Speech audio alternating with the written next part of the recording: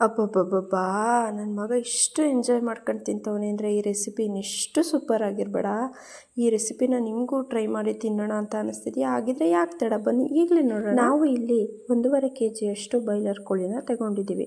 ಇದನ್ನ ಚೆನ್ನಾಗಿ ನೀಟಾಗಿ ವಾಶ್ ಮಾಡಿ ಒಂದು ಬೌಲೊಳಗೆ ಎತ್ತಿಟ್ಕೊಳ್ಳಿ. ನೆಕ್ಸ್ಟ್ ಇದನ್ನು ಮ್ಯಾರಿನೇಟ್ ಮಾಡಲಿಕ್ಕೆ ಒಂದು ಶುಂಠಿ ಬೆಳ್ಳುಳ್ಳಿ ಪೇಸ್ಟು ಮತ್ತು ಒಂದು 1/4 ಲೀಟ್ರಷ್ಟು ಮೊಸರು, ಆಮೇಲೆ ಸ್ವಲ್ಪ ಧನಿಯಾ ಪುಡಿ, 1.5 ಸ್ಪೂನಷ್ಟು ಅಚ್ಚಕಾರದ ಪುಡಿ, ಸ್ವಲ್ಪ ಅರಿಶಿನ, ಇಷ್ಟು ಹಾಕಿ ಚೆನ್ನಾಗಿ ಮಿಕ್ಸ್ ಮಾಡಿ ಮ್ಯಾರಿನೇಟ್ ಮಾಡಿ ಸ್ವಲ್ಪ ಹೊತ್ತು ಸೈಡಲ್ಲಿ ಎತ್ತಿಟ್ಕೊಳ್ಳೋಣ.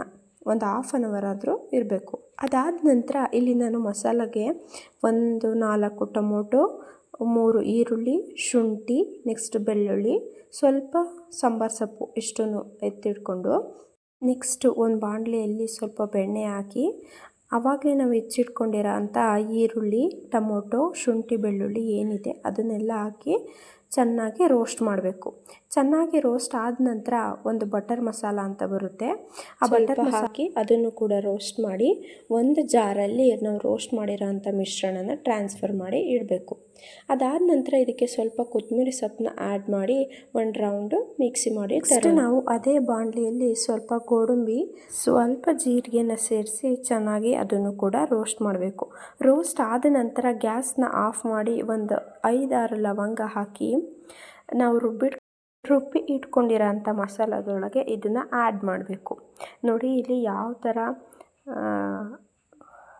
ಚೆನ್ನಾಗಿ ರೋಸ್ಟ್ ಆಗಿದೆಯೋ ಅದೇ ಥರ ರೋಸ್ಟ್ ಆಗಬೇಕು. ನೆಕ್ಸ್ಟು ಇದನ್ನು ಒಂದು ರೌಂಡು ಆಡಿಸಿ ತರೋಣ.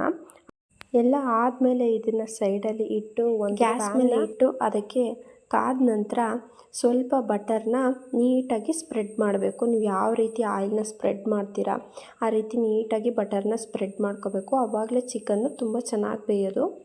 ಇದೆಲ್ಲ ಆದ ನಂತರ ನೀವು ಆವಾಗಲೇ ಏನು ಮ್ಯಾರಿನೇಟ್ ಮಾಡಿಟ್ಟಿದ್ರೆ ಆ ಚಿಕನ್ನ ನೀಟಾಗಿ ಪ್ಯಾನ್ ಮೇಲೆ ಒಂದೊಂದೇ ನೀಟಾಗಿ ಅರೇಂಜ್ ಮಾಡಬೇಕು.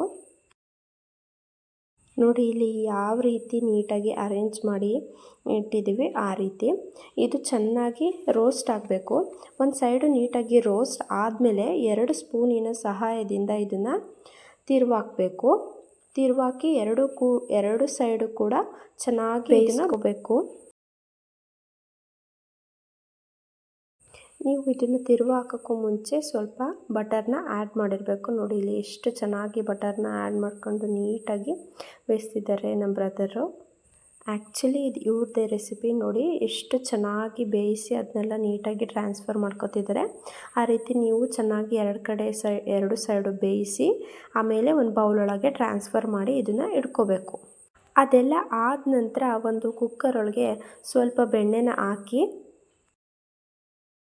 ಆವಾಗಲೇ ನೀವು ರುಬ್ಬಿಟ್ಕೊಂಡಿರೋ ಅಂಥ ಮಿಶ್ರಣ ಇತ್ತಲ್ಲ ಅದನ್ನು ಇವಾಗ ಆ್ಯಡ್ ಮಾಡಿ ಅದನ್ನು ನೀಟಾಗಿ ಸ್ವಲ್ಪ ಚೆನ್ನಾಗಿ ಬೇಯಿಸ್ಕೋಬೇಕು. ಸ್ವಲ್ಪ ಬೆಂದಾದ ನಂತರ ಸ್ವಲ್ಪ ಕಸ್ತೂರಿ ಮೇಥಿನ ಆ್ಯಡ್ ಮಾಡಿ ಚೆನ್ನಾಗಿ ಅದನ್ನು ಸ್ಟಿರ್ ಮಾಡಿ ಸ್ವಲ್ಪ ಕುದಿ ಬರೋವರೆಗೂ ನೀಟಾಗಿ ಬೇಯಿಸ್ಕೋಬೇಕು. ಇದು ಬೆಂದಷ್ಟು ಕೂಡ ಚೆನ್ನಾಗಿ ಟೇಸ್ಟ್ ಕೊಡುತ್ತೆ. ಇಲ್ಲಾಂದರೆ ಸ್ವಲ್ಪ ಮಸಾಲ ಥರನೇ ಇರುತ್ತೆ. ನೋಡಿ ಯಾವ ಥರ ತಿಕ್ನೆಸ್ ಬಂದಿದೆ, ಎಷ್ಟು ನೀಟಾಗಿ ಆ ಬೆಣ್ಣೆದು ಫ್ಲೇವರ್ ಎಣ್ಣೆ ಎಲ್ಲ ಬಿಟ್ಕೊಂಡಿದೆ ಆ ಥರ ಇರಬೇಕು.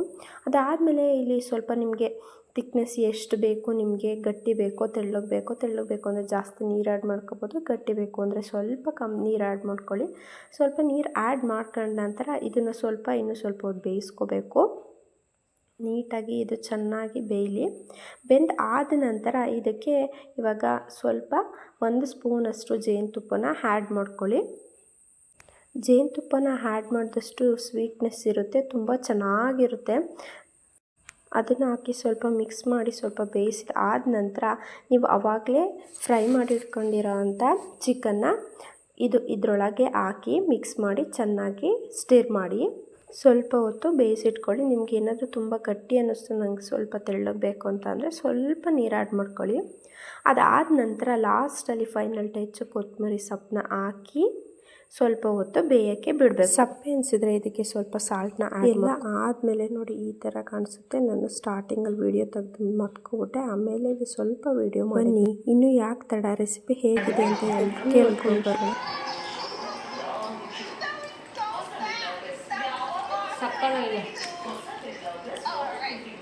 ನಾವು ಯಾಕೆ ಒಂದು ಹೋಟೆಲ್ ಬಿಸ್ನೆಸ್ ಮಾಡಬಾರ್ದು ಅಂತ ಇವಾಗ ಯೋಚನೆ ಮಾಡ್ತೀವಿ.